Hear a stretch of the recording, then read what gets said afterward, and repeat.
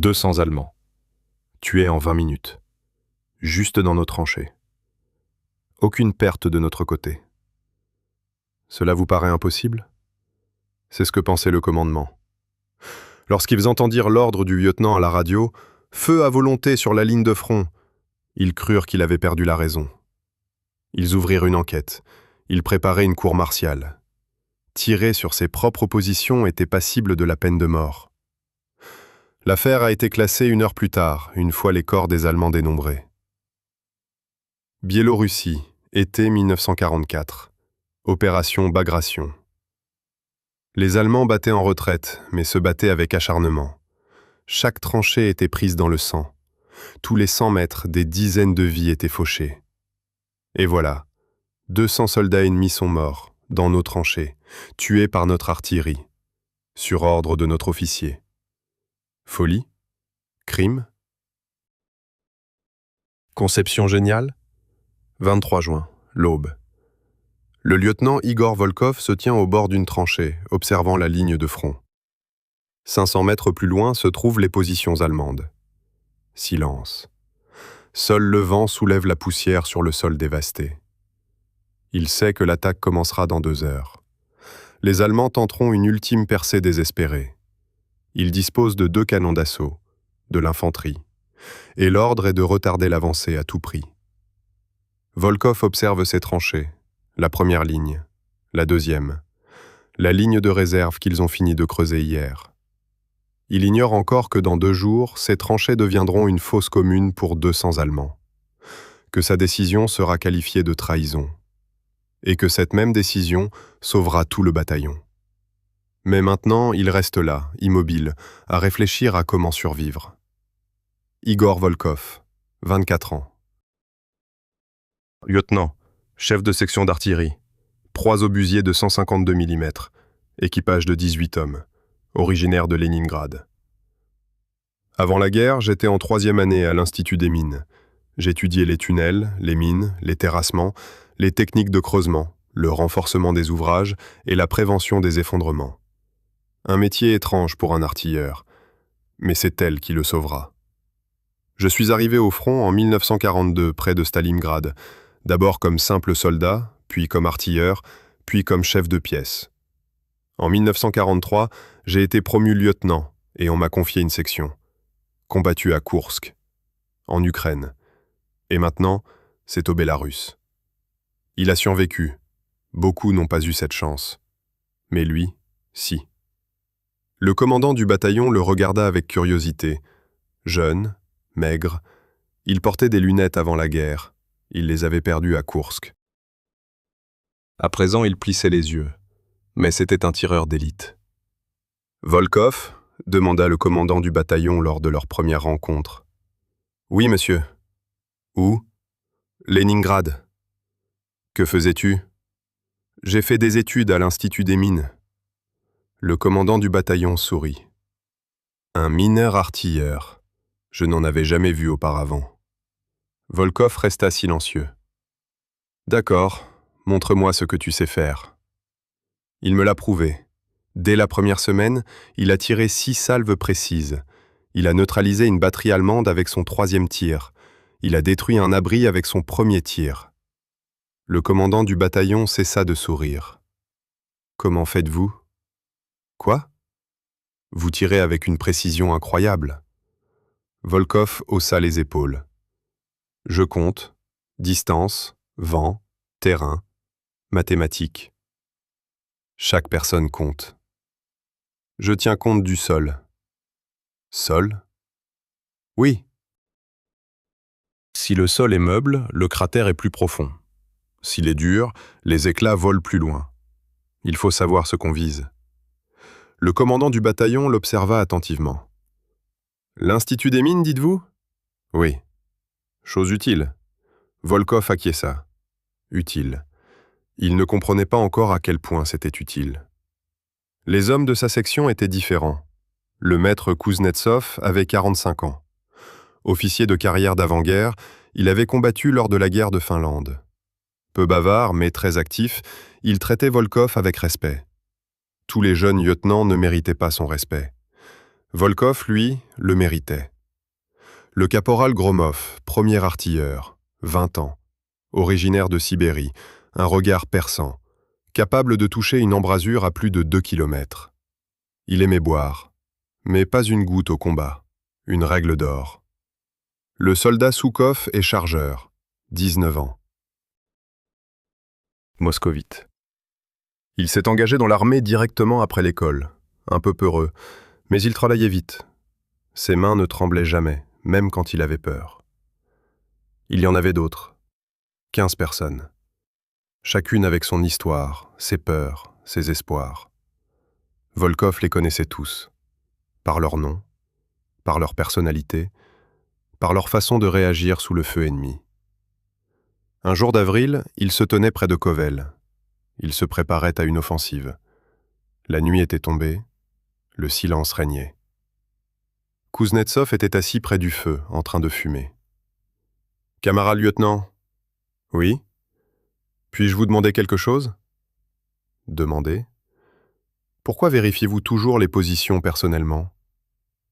Volkov le regarda. Qui d'autre devrait le faire ? On pourrait envoyer quelqu'un. Gromov, Soukov ? Peu. Mais vous ne l'envoyez pas ? Non. Pourquoi ? Volkov prit une bouffée. À l'Institut, on nous a appris ne jamais se fier aux calculs des autres. Si vous voulez éviter l'effondrement du tunnel, vérifiez-le vous-même. Chaque mètre, chaque poutre. Ceci n'est pas un tunnel. Le principe est le même. Je veux que les gens survivent. Je le vérifie moi-même. Kuznetsov hocha la tête et ne posa pas d'autres questions. Et Volkov continua de vérifier. Chaque position, chaque tranchée, chaque fossé creusé par ses hommes. Habitude, de l'Institut. Une habitude qui sauvera tout le monde en 2 mois. 21 juin, soirée, quartier général du bataillon. Le commandant du bataillon a étalé la carte sur la table. Écoutez attentivement. L'offensive commence le 23. Nous sommes en première ligne. L'objectif est de percer les défenses et d'atteindre Borisov. Les officiers examinèrent la carte en silence. Les Allemands sont ici, indiqua le commandant du bataillon. 3 lignes de tranchées, des barbelés, des champs de mines, des positions fortifiées, de l'artillerie. Combien d'hommes ont-ils ? Demanda le capitaine Morozov, commandant de la compagnie de fusiliers. D'après les reconnaissances, il leur faut un bataillon, peut-être un peu moins. Ils ont rassemblé les restes de 2 régiments. Ils sont en sous-effectif, mais ils se battent bien. Technique ? 2 fusils d'assaut. On ne les a jamais revus. Morozov grimace. Les canons d'assaut sont un problème, bien blindés, canons puissants. Mort pour l'infanterie. Volkov. Le commandant du bataillon regarda le lieutenant. Vos obusiers opéreront le long de la première ligne de tranchée. La mission est de neutraliser les positions de tir. Laissez l'infanterie avancer. Compris. Des questions ? 1. Nous attaquons ou ils attaquent ? Le commandant du bataillon sourit. Vous êtes intelligent. Nous attaquons. Mais les services de renseignement indiquent qu'ils préparent également une offensive, un assaut final. Ils veulent nous retarder d'au moins 1 semaine. Donc cela peut commencer des 2 côtés ? Peut-être. Volkov hocha la tête et nota quelque chose dans son carnet. Tous ? Tous. Le commandant du bataillon a enroulé la carte. Messieurs les officiers, dans 2 jours, l'offensive majeure commencera. Opération Bagration. Nous chassons les Allemands de Biélorussie, définitivement. C'est l'occasion de mettre fin à la guerre plus rapidement. Ne gâchez pas cette opportunité. Les officiers se levèrent en silence. Volkov fut le dernier à sortir. Il faisait chaud dehors. Juin. La nuit fut courte. Il fit jour jusqu'à presque minuit. Il alluma une cigarette. Il regarda vers l'est. Là, au-delà de la forêt, se trouvaient des positions allemandes. Dans 2 jours, il les bombarderait. S'il n'attaque pas en premier. 22 juin, matin. Volkov arriva à son poste. 3 obusiers se dressaient dans la forêt, recouverts de filets de camouflage. Les servants dormaient. L'officier de service, Gromov, était assis près du feu, en train de réchauffer du thé. « Camarade lieutenant, Gromov, tout est calme ?» Silence. Pas un coup de feu. « D'accord, réveillez tout le monde. Au travail. » 10 minutes plus tard, le peloton était aligné. « Écoutez, demain c'est l'offensive. On attaque les tranchées allemandes. Aujourd'hui, on se prépare. On vérifie l'artillerie, les obus et les communications. Tout doit fonctionner. »« Oui, monsieur. »« Kuznetsov. J.E. Venez avec moi. Regardons les positions de l'infanterie. » « Pourquoi ? » ?»« Je veux comprendre où nous en sommes et où ils en sont. » Kuznetsov haussa les épaules. « Allons-y. » La ligne de front était à 1 kilomètre. La première ligne de tranchée. Longue, sinueuse, creusée dans la terre. Les parois étaient renforcées de planches. Volkov a longé toute la ligne. Il a regardé. Il a touché le sol. Il a jeté un coup d'œil dans les abris. « Que cherchez-vous » demanda Kuznetsov. « Je les observe creuser. »« Et comment ?»« Pas mal. La profondeur est bonne. Environ 80 mètres. On ne voit personne. Mais les fortifications sont faibles. Si un obus passe à proximité, elles s'effondreront. » « Eh bien, c'est la guerre. Ce n'est pas idéal. » « Oui. » Volkov atteignit le bout de la tranchée. La deuxième ligne commençait là. La ligne de secours. Il la creusait depuis quelques jours. Elle n'était pas encore terminée. Qui travaillait ici ? Le sergent de service haussa les épaules. Les sapeurs, ils sont partis hier. Ils ont dit qu'on finirait après l'offensive. Volkov descendit dans la tranchée inachevée. La profondeur était d'environ 20 mètres. Insuffisant. Les parois n'étaient pas renforcées. La terre s'effritait. Il marcha le long du chemin. 50 mètres, 100, 150. Arrêté. J'ai regardé la première ligne, puis la deuxième, puis la distance qui les séparait. 300 mètres. Kuznetsov. Oui. Que se passera-t-il si les Allemands percent la première ligne ? Revenons au deuxième. Et si le deuxième n'est pas prêt ? Alors c'est mauvais. Volkov acquiesça. Il faut que ce soit terminé. Nous ? Pour nous, aujourd'hui. Camarade lieutenant, nous avons des artilleurs, pas des sapeurs. Nous avons des mains et des pelles, c'est suffisant. Kuznetsov le regarda. Êtes-vous sérieux ? Absolument. Allez, rassemblez une section, prenons des pelles, creusons. Le commandant de bataillon a-t-il donné son autorisation ? Je vais demander maintenant. Volkov s'est rendu au quartier général. Le commandant du bataillon écouta en silence. Voulez-vous que les artilleurs creusent des tranchées ? Je veux que la deuxième ligne soit prête, au cas où les Allemands perceraient. Pourquoi pensez-vous qu'ils vont réussir ? Ils ont 2 fusils d'assaut. S'ils atteignent un point précis, ils perceront les lignes ennemies. Nous avons des canons anti-chars, qu'ils réprimeront dans 10 minutes. Le commandant du bataillon resta silencieux. De combien de personnes avez-vous besoin ? Mes 18 hommes me suffisent. Si vous me donnez 10 sapeurs de plus, ce serait formidable. Les sapeurs sont à l'œuvre, ils posent des mines. Alors le mien tiendra le coup. Ça prendra juste plus de temps. Combien de temps ?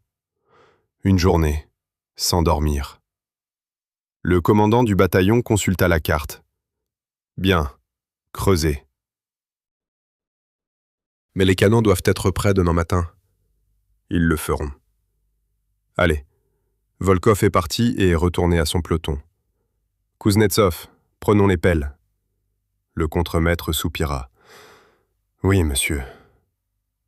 Ils ont creusé toute la journée et toute la nuit. Volkov travailla avec les autres. Il ôta sa tunique, il prit une pelle, il creusa. La terre était lourde, de la limon, visqueuse. La pelle s'enfonçait difficilement. Mais ils creusèrent. Gromov jura entre ses dents.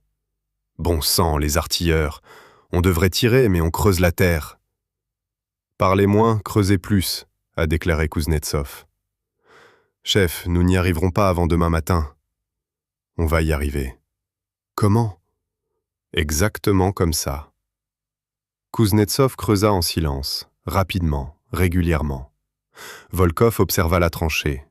Elle s'agrandissait, lentement, mais elle s'agrandissait.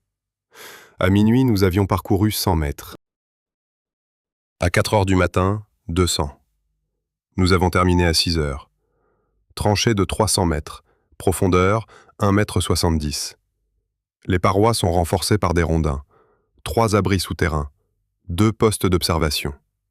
Prêt. Les gens s'effondraient d'épuisement. Volkov leur accorda 1 heure de sommeil. Puis il les releva. Kuznetsov, vérifiez les armes. J'ai déjà vérifié, hier soir, pendant que tu dormais. Quand as-tu dormi? Je n'ai pas dormi. Volkov les regarda. Va te coucher, dans 1 heure. Pas besoin. Ceci est un ordre. Kuznetsov sourit. Oui, monsieur, je me suis allongé. Je me suis endormi en 1 minute. Volkov était assis au bord d'une nouvelle tranchée, observant la ligne de front. 500 mètres plus loin, les Allemands. Calme. Seuls les oiseaux. L'aube. Le 23 juin. Ça commence dans 1 heure. Il alluma une cigarette, la dernière. Il n'y aurait plus de temps après. Au loin, un grondement se fit entendre. De l'artillerie, la nôtre. Ça a commencé. 7 heures. Les Allemands ont frappé les premiers. Hurlements, sifflements, grondements, des mines, des dizaines. Elles tombèrent sur la première ligne de tranchée. Le sol trembla. Des colonnes de terre jaillirent. Volkov était allongé dans l'abri des joueurs. Il comptait. 1, 2, 5, 10. 20 minutes de bombardement. Puis le silence. Il regarda dehors. Fumée, smog. La première ligne était criblée de cratères. Et les voilà, de l'infanterie allemande, en ligne. Derrière eux, 2 canons d'assaut, trapus, blindage épais. Les canons dépassent comme des dards, le cliquetis des rails, le rugissement des moteurs. Ils sont allés directement en première ligne. Volkov s'empara de la radio. « Kuznetsov, les armes sont prêtes au combat !»« Prêt !»« Cible, fusil d'assaut !»« Portée 800, feu !» Tonnerre. 3 obusiers ont tiré presque simultanément. Le premier obus a dépassé sa cible. Le deuxième a manqué sa cible. Le troisième a touché. Le fusil d'assaut s'est arrêté. Une épaisse fumée s'est élevée. La trappe s'est ouverte. Un homme en flammes a surgi. Il est tombé. Il ne s'est pas relevé. « Compris !» cria Gromov. « Au deuxième ! Feu !» Une autre volée. Encore une. Ratée. Trop courte. Le canon d'assaut se tourna et tira en direction des obusiers. L'obus explosa à 50 mètres du premier canon.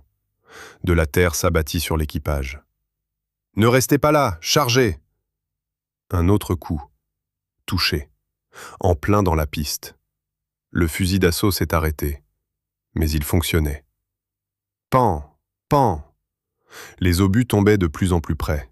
« Volkov !» hurla Morozov à la radio. « Ils ont percé la première ligne. On bat en retraite. »« Où ?»« Au deuxième. »« Celui que tu as creusé hier. » Volkov regarda devant lui. « C'est exact. L'infanterie allemande est déjà dans nos tranchées. Nos hommes courent, certains tombent, d'autres s'en sortent. Les Allemands hurlent, ils tirent, ils achèvent les blessés. La première ligne est perdue. Mais ils sont là, dans les tranchées, entassés les uns contre les autres. » Volkov les observa. Il regarda la deuxième ligne où l'infanterie battait en retraite. Il regarda au loin, 300 mètres.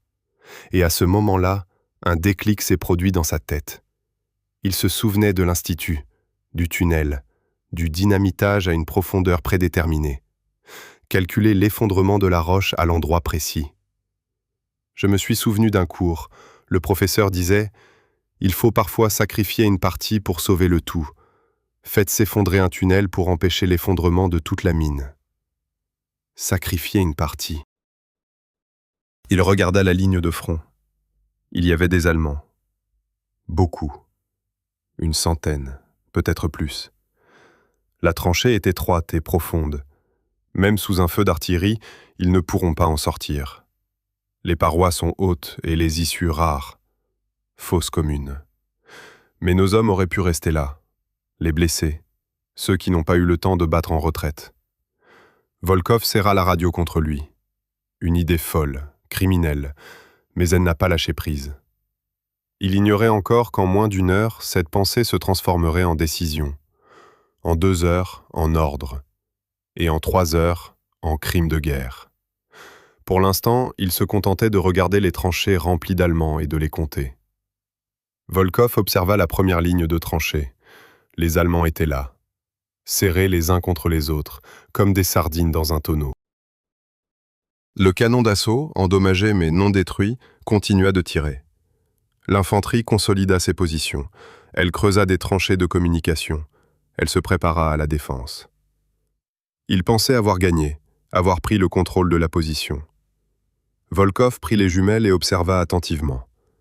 Un officier allemand, qui avait l'allure d'un officier malgré son uniforme boueux, donnait des ordres. Des soldats transportaient des caisses de munitions. Ils installaient une mitrailleuse sur le parapet. Ils s'y sont habitués. « Camarade lieutenant, dit Kuznetsov en rampant vers lui.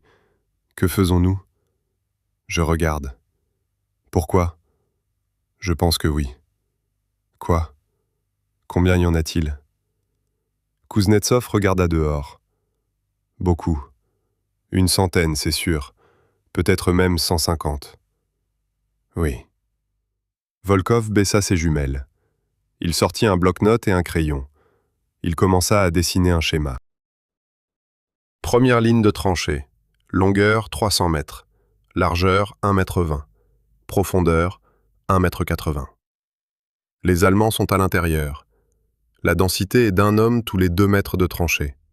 Cela représente environ 150 personnes. La distance entre ces obusiers et les tranchées est de 900 mètres. L'angle d'élévation est de 12 degrés.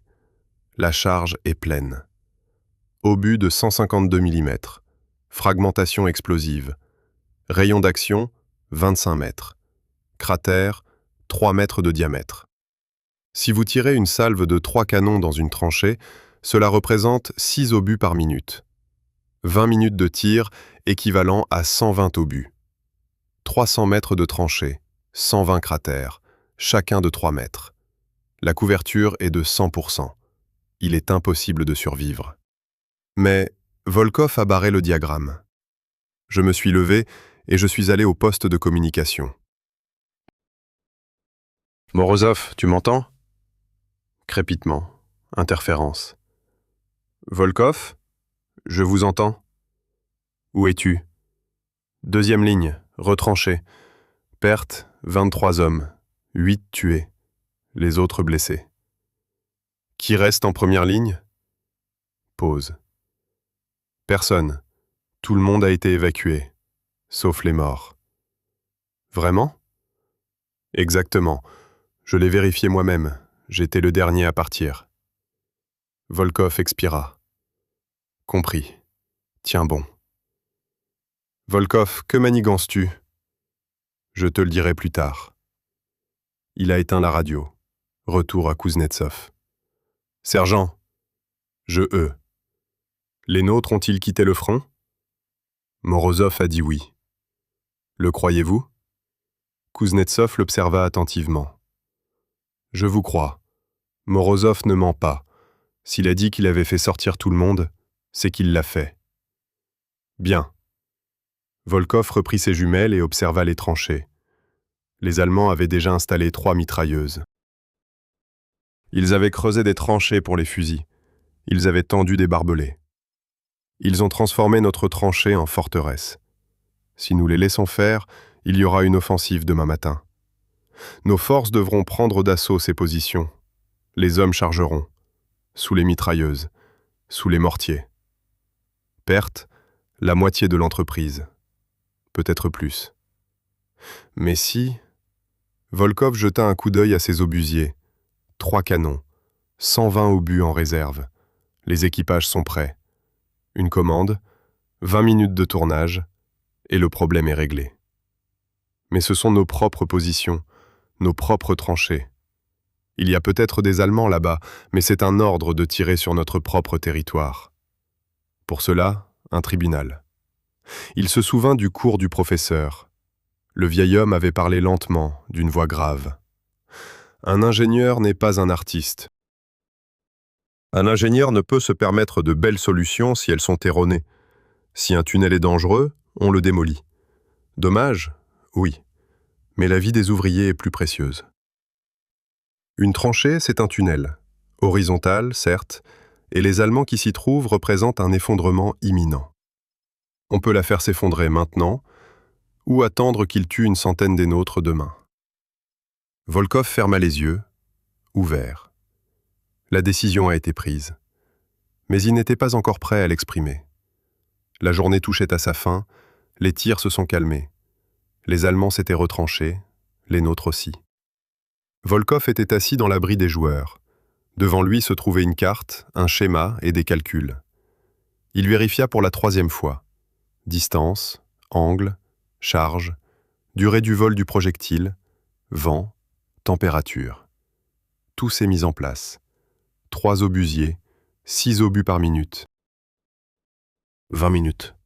120 obus par 300 mètres de tranchée. Le calcul est simple, le résultat est prévisible. La question est, dois-je décider? Des pas à l'extérieur, Kuznetsov descendit dans l'abri. « Camarade lieutenant, le commandant de bataillon convoque une réunion. »« Je viens. » Volkov enroula la carte. Il se leva et redressa sa tunique. C'est sorti. La soirée était calme et chaude. L'air sentait l'herbe et le brûlé.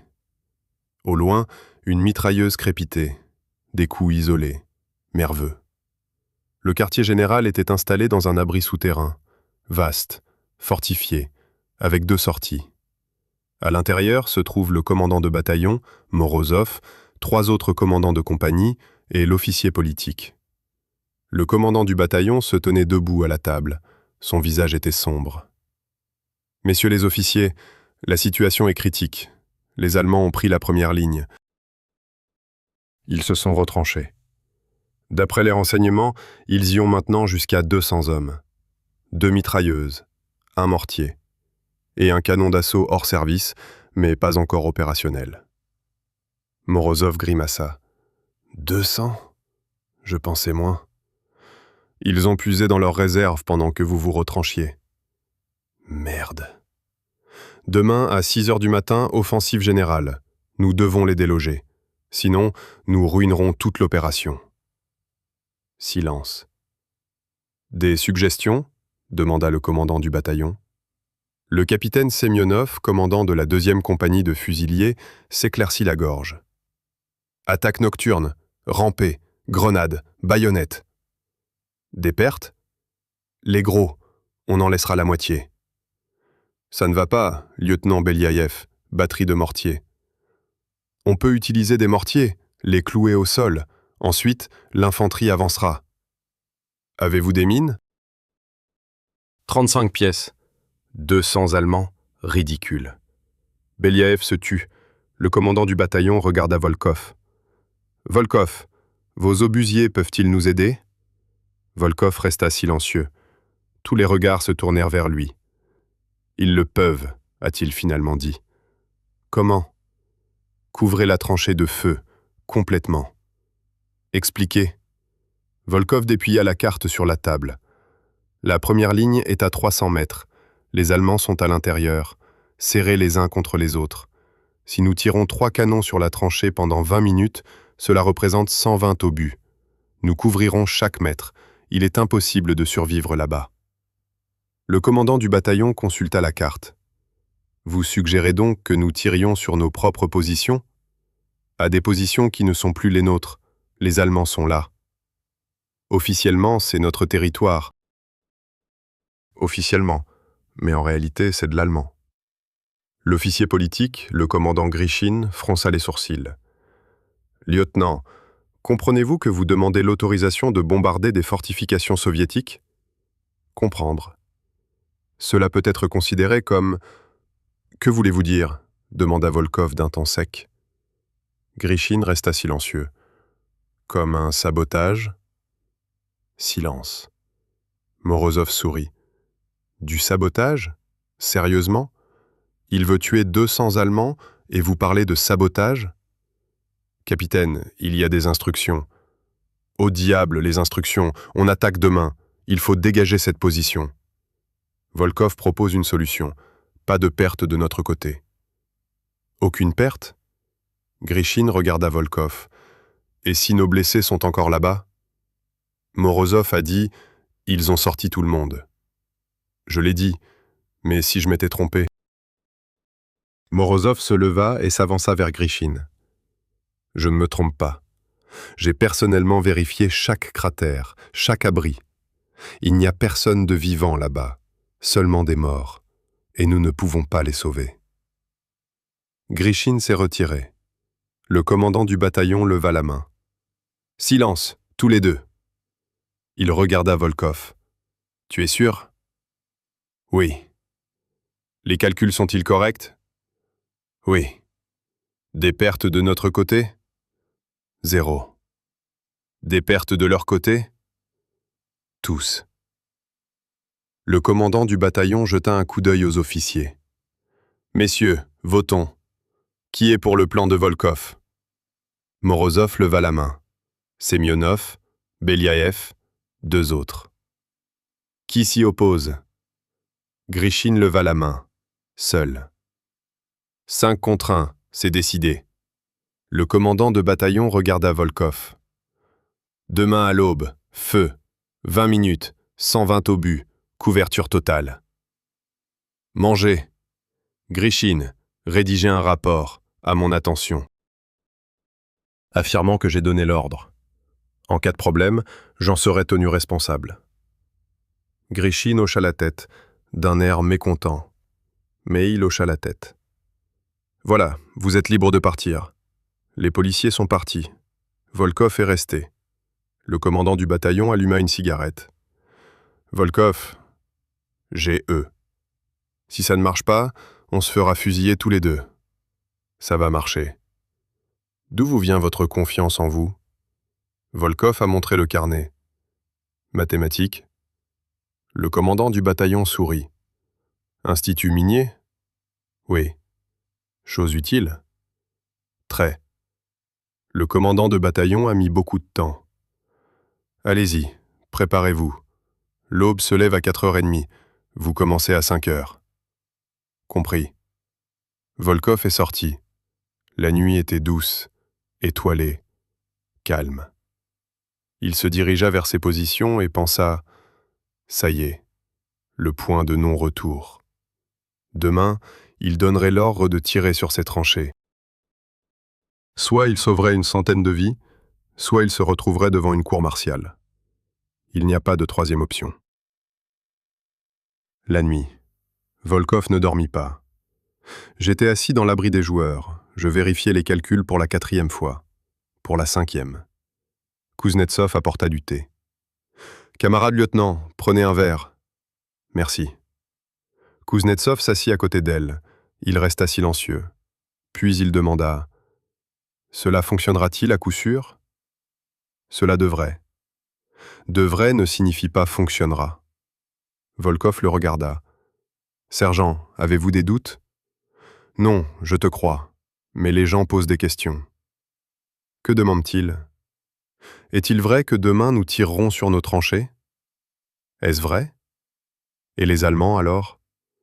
Il y a des Allemands là-bas. Et s'ils étaient à nous ? Il n'y a pas des nôtres là-bas, Morozov a vérifié. Kuznetsov acquiesça. D'accord. C'est ce que j'ai dit. Mais Gromov est inquiet. Pourquoi ? C'est lui le tireur. C'est lui qui tire. Il se dit « Et si je rate ma cible ? Et si je touche la mauvaise cible ?» Volkov se leva. « Où est-il » ? Au premier coup de feu. « Allons-y. » Nous sommes sortis. Nuit. Silence. Seuls les grillons chantaient. Gromov était assis sur une caisse de munitions. Il fumait. Il aperçut le lieutenant et se leva d'un bond. « Camarade lieutenant. »« Gromov ?» ?»« Le sergent dit que vous êtes inquiet. » Gromov hésita. « Eh bien, oui, un peu. »« Parle. Qu'est-ce qui ne va pas ?»« Je tire bien, vous savez, mais ce sont nos tranchées. Je les vois tous les jours. On les a creusées. Et demain, je dois... Vous comprenez ?» Volkov acquiesça. « Je comprends. » Il s'assit à côté d'elle. « Gromov, croyez-vous aux mathématiques ? En termes de 2 plus 2 font 4. Vous y croyez ? Eh bien, oui. C'est ce que je crois aussi. Et les calculs le prouvent. Si nous couvrons cette tranchée demain, 200 Allemands mourront. Si nous ne la couvrons pas, une centaine des nôtres mourront après-demain. Vous comprenez la différence ? Gromov resta silencieux. Gromov, je ne vous demande pas de tirer sur vos propres soldats. Je vous demande de tuer 200 Allemands qui se trouvent par hasard dans nos tranchées. C'est une simple question de géographie, rien de plus. Gromov hocha la tête, lentement. Compris, camarade lieutenant. Tu peux le supporter ? Je peux gérer ça. D'accord, dors. Tu dois te lever tôt demain. Gromov est parti. Kuznetsov regarda Volkov. Convaincu ? Je ne sais pas, mais il n'y a pas d'autre choix. Avez-vous vous-même des doutes ? Volkov resta silencieux. Mangez. Lequel ? Et si Morozov s'était trompé ? Et s'il restait encore un des nôtres en vie ? Morozov ne se trompe pas. Tout le monde fait des erreurs. Alors pourquoi tirer ? Volkov regarda les étoiles. Parce que même s'il n'y a qu'un seul des nôtres, il y a 200 Allemands. Et demain, ces 200 tueront une centaine des nôtres. Les mathématiques, Serge. Maudite mathématiques. Kuznetsov acquiesça. Compris. Dors. Je te réveillerai à 4 heures. Je ne dormirai pas. Pourquoi ? Je ne peux pas. Kuznetsov haussa les épaules. Comme vous le souhaitez. Il est parti.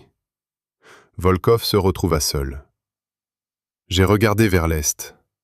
Là, au-delà de la forêt, au-delà du champ, au-delà de la première ligne de tranchées, se trouvaient les Allemands. Peut-être ne dormaient-ils pas non plus. Peut-être étaient-ils inquiets, eux aussi. Dans quelques heures, ils seront partis. Tous. Volkov alluma une cigarette. La dernière. Jusqu'à l'aube. 4h30. L'aube. Gris. Froid. Un brouillard épais recouvrait le champ. Volkov se tenait au premier canon. Les servants étaient en place, les obus étaient rangés, les viseurs étaient réglés. Kuznetsov a rapporté. « Camarade lieutenant, la section est prête au combat. » Bien. Volkov prit les jumelles et observa la ligne de front. Tranchée. 300 mètres. À peine visible dans le brouillard. Les Allemands étaient là. Ils le savaient. Les services de renseignement avaient signalé qu'ils n'étaient pas partis pendant la nuit. Ils étaient là, à attendre l'aube, en attente d'une attaque. Ils ignorent que l'attaque sera différente. Volkov baissa les jumelles. Gromov. J.E. Cible, première ligne de tranchée. Portée 900 mètres. Altitude 12 degrés. Charge maximale. Mangez. Gromov fit tourner les volants d'inertie. Il visa. Ses mains ne tremblaient pas. Son visage était calme. Bon tireur. Prêt, dit-il. Volkov regarda sa montre. 4h58. 2 minutes. Il a pris le talkie-walkie. Morozov, tu m'entends ? Je vous écoute. Je commence dans 2 minutes. Gardez les âmes à couvert. Compris. Commandant de combat, vous m'entendez ? Volkov, je t'écoute. Feu en 2 minutes. Allez-y. Bonne chance. Volkov éteignit la radio. Il regarda sa section. 18 hommes. Ils le regardaient. Ils attendaient. « Camarades, dans 1 minute, nous ouvrons le feu sur la première ligne de tranchée. Il y a des Allemands là-bas, 200 hommes. Notre mission est de tous les anéantir. » 20 minutes de tir, 120 obus. Des questions? Silence. Pas de questions, commençons. Prenez place. Les équipages étaient paralysés. Gromov était au viseur, Soukov était aux obus. Les autres étaient prêts.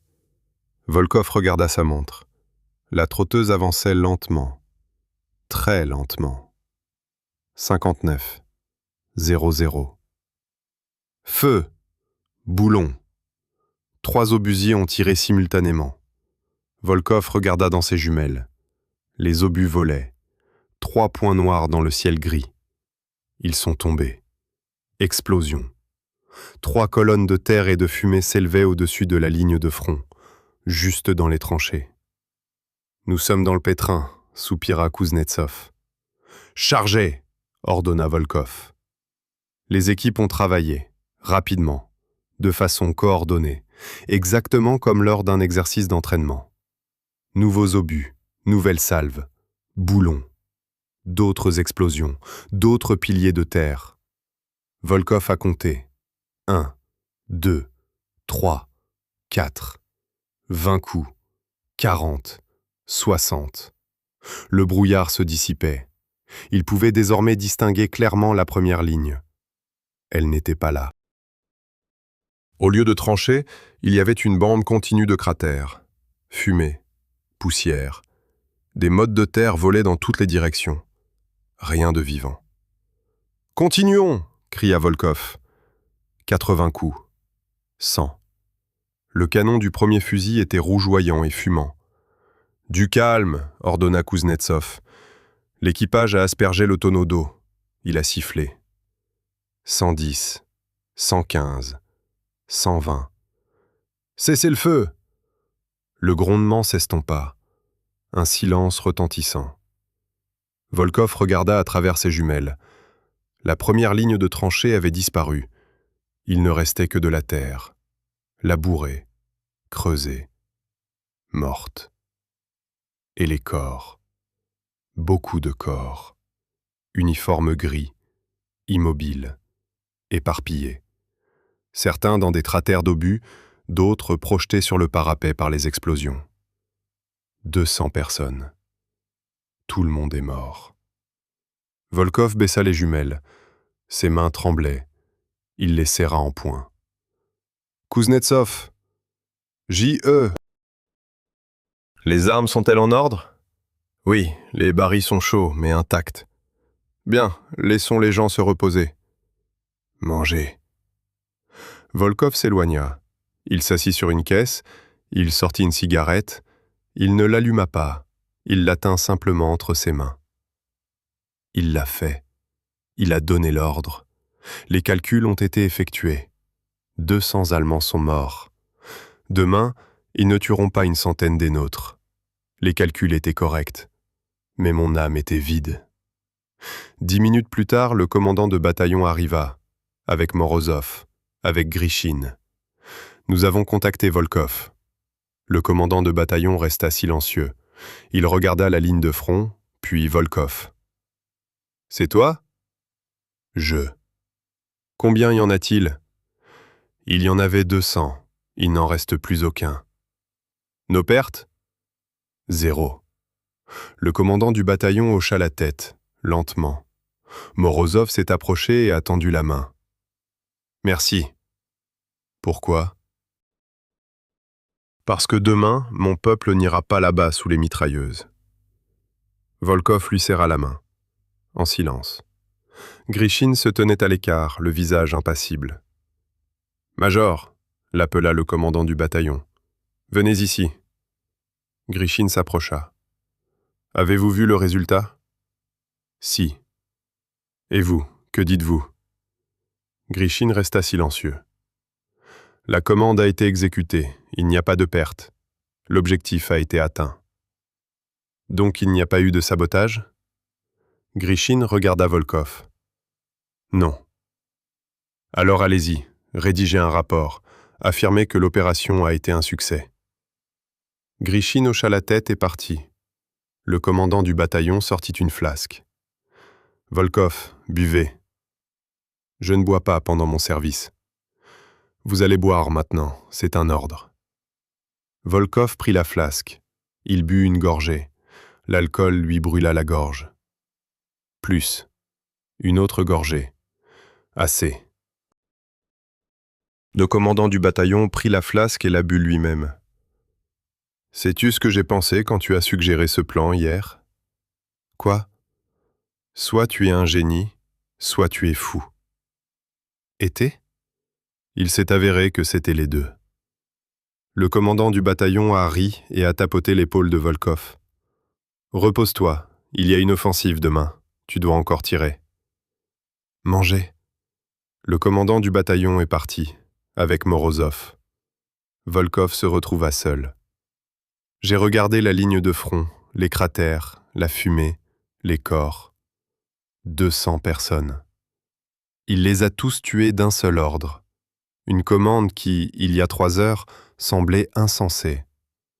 Il se souvenait du professeur, de la conférence. Un ingénieur fait un choix, et il en assume les conséquences. Conséquences. Les voilà. 200 cadavres en uniforme gris. Il alluma une cigarette. Enfin. Et je me suis dit, et si Morozov avait tort après tout? Et s'il y avait au moins un des nôtres là-bas? Il ferma les yeux. Ne réfléchis pas. Impossible de réfléchir, c'est fait. Les calculs sont corrects, tout est juste, tout est correct. Il le répétait comme une prière jusqu'à presque y croire. Le soir, Volkov était assis dans l'abri des joueurs. Il a rédigé un rapport. Le 24 juin 1944, la section d'artillerie du lieutenant Volkov a mené un raid de tir sur la première ligne de tranchées capturée par l'ennemi. 120 obus de 152 mm ont été tirés. La cible a été entièrement détruite. Les pertes ennemies s'élevaient à 200 hommes. Nous n'avons subi aucune perte. Il le relut, d'un ton sec, officiellement, comme prévu. Pas un mot sur le fait de tirer sur ses propres tranchées, pas un mot sur les doutes, pas un mot sur Morozov qui aurait pu se tromper.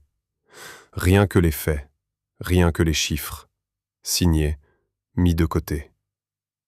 Kuznetsov entra. « Camarade lieutenant, une lettre est arrivée, du quartier général de la division. »« Allons-y. » Volkov l'ouvrit et le lut. « Au lieutenant Volkov, pour son initiative et son habile utilisation de l'artillerie, exprimez votre gratitude.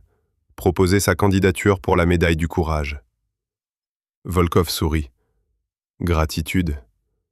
C'est bien, » a dit Kuznetsov. « Oui. N'es-tu pas heureux? » Content, juste, fatigué. Kuznetsov acquiesça. « Je comprends.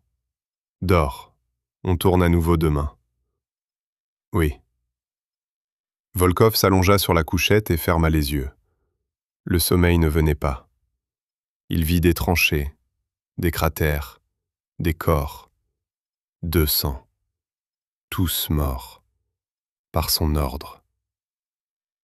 Il ouvrit les yeux et regarda le plafond. La bonne décision, se dit-il. Exact, répéta-t-il. Mais le cœur restait silencieux. Il resta allongé là jusqu'à l'aube. Il ne dormit pas. Il resta simplement allongé, à penser que le métier d'ingénieur était une malédiction. Car un ingénieur est toujours conscient de la valeur de ses décisions, en chiffres, dans la vie, dans les corps. 25 juin, l'aube. L'offensive générale commença à 6 heures. Barrage d'artillerie, une demi-heure de tonnerre, le sol trembla, le ciel s'obscurcit de fumée, puis le silence. Et l'infanterie s'avança. Volkov se tenait au poste d'observation. Il regardait aux jumelles. Nos lignes avançaient rapidement, avec assurance. Les Allemands ripostaient mollement. Ils étaient peu nombreux, trop peu nombreux. Les 200 hommes qu'il a tués hier auraient pu changer le cours de la bataille. Ils auraient pu tenir leur position un jour de plus, 2. Mais ils n'étaient pas là. Il n'y avait que des cratères. Morozov mena sa compagnie à travers l'ancienne ligne de front. Les soldats sautaient par-dessus les fossés. Ils évitaient les cadavres. Ils ne regardaient pas en bas. À midi, la 2e ligne allemande était prise. Le soir, la 3e. Percée. L'opération Bagration s'est déroulée comme prévu. 26 juin, matin.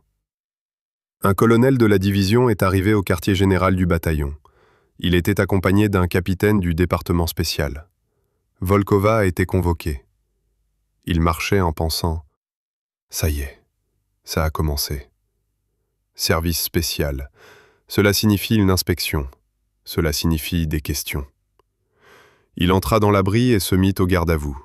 « Camarade colonel, le lieutenant Volkov est arrivé conformément à vos ordres. » Le colonel l'observa attentivement.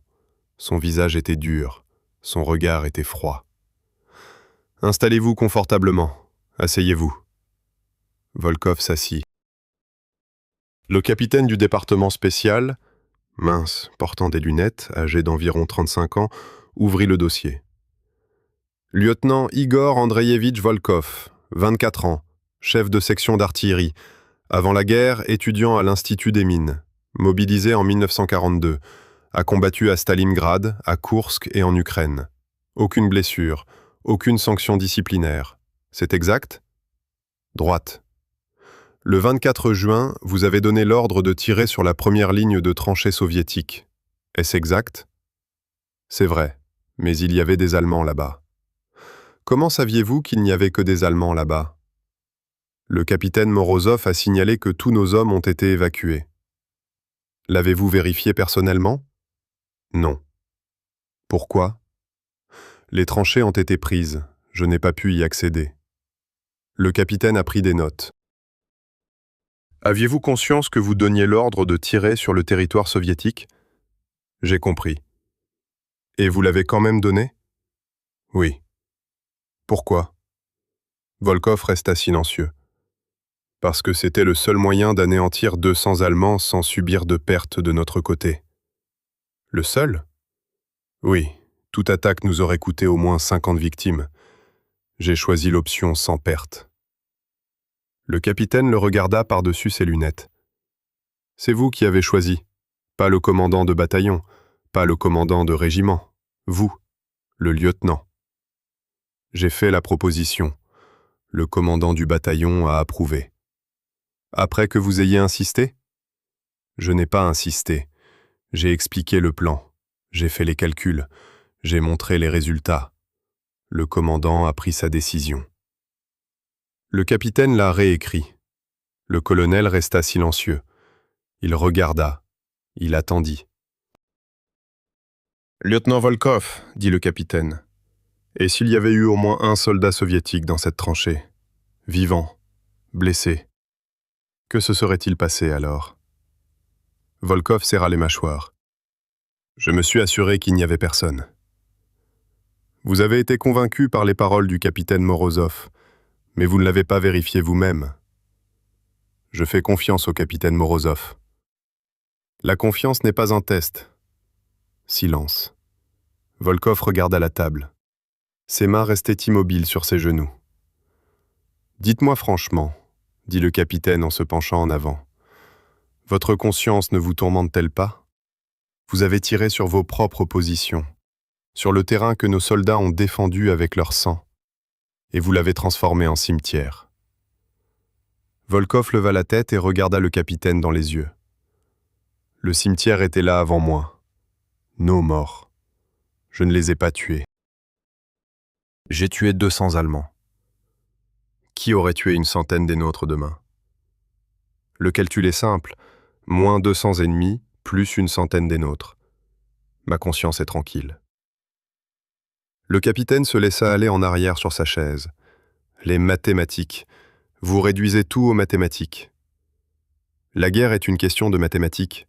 Ressources, pertes humaines, efficacité. Celui qui calcule le mieux gagne. Le colonel a ri sous cape. Philosophie intéressante. Volkov resta silencieux. Le colonel se leva, il alla à la fenêtre et regarda dans la rue.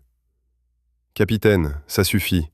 Classez l'affaire. » Le capitaine leva la tête. « Camarade colonel, j'ai dit fermez. Le lieutenant Volkov a agi comme il se doit. Le résultat est clair. 200 Allemands tués, 0 perte de notre côté, une percée immédiate. » Voilà ce qu'on appelle un usage judicieux de l'artillerie, et non du sabotage. Mais il a tiré sur ses propres positions. Les positions prises par l'ennemi, ce sont 2 choses différentes. Le colonel se retourna. « Ou bien suggérez-vous que nous laissions nos tranchées aux Allemands simplement parce que nous les avons creusées ?» Le capitaine resta silencieux. « C'est exactement ce que je dis. » Le colonel regarda Volkov. « Lieutenant, levez-vous. » Volkov se leva. « Vous avez fait preuve d'initiative, de connaissance et de courage. Le commandement de la division vous propose pour l'ordre de l'Étoile rouge. Félicitations. » Volkov cligna des yeux. « Camarade colonel, je ne m'attendais pas à... » « C'était inévitable. Nous devons protéger les officiers comme vous et les promouvoir. » Le colonel lui tendit la main. « Bonne chance, lieutenant. » Volkov lui serra la main. Ferme. Sèche. Je sers l'Union soviétique. Détendez-vous, vous êtes libre. Volkov est sorti. Il faisait beau et chaud. Les oiseaux chantaient. Il s'arrêta et s'appuya contre le mur de l'abri. Un ordre. Il lui donne un ordre pour avoir tiré dans ses propres tranchées. Le monde est devenu fou. Ou alors, il est devenu fou. Ou bien la guerre est-elle cela, un lieu où la folie devient la norme, où tuer 200 personnes d'un seul ordre est un exploit, où les mathématiques priment sur la conscience. Il alluma une cigarette. Mes mains ne tremblaient plus. Ce même soir, Volkov était assis avec sa section près du feu. Kuznetsov préparait du porridge. Gromov racontait une blague, une mauvaise blague, mais tout le monde riait. La guerre continuait. Mais à présent, à cet instant précis, on pouvait l'oublier. Morozov s'approcha et s'assit à côté de Volkov. « J'ai entendu dire que vous aviez été nominé pour une décoration. »« Oui. Tu le mérites. »« Je ne sais pas. » Morozov le regarda. « Est-ce à cause d'hier ?»« Oui. »« Écoute, je t'ai dit qu'il n'y avait personne. J'ai vérifié moi-même, 2 fois. »« Je sais. » « Alors quel est le problème ?» Volkov prit une bouffée. « Et vous n'avez jamais pensé, et si je me trompais? Et s'il y avait vraiment quelqu'un là-bas ?» Morozov resta silencieux. Je réfléchissais. Je n'ai pas fermé l'œil de la nuit après la bataille. Je n'arrêtais pas de penser. Je repassais sans cesse la scène dans ma tête, chaque abri, chaque cratère. Et rien. Il n'y avait personne. Mort, oui. 8 personnes. Je les ai vues.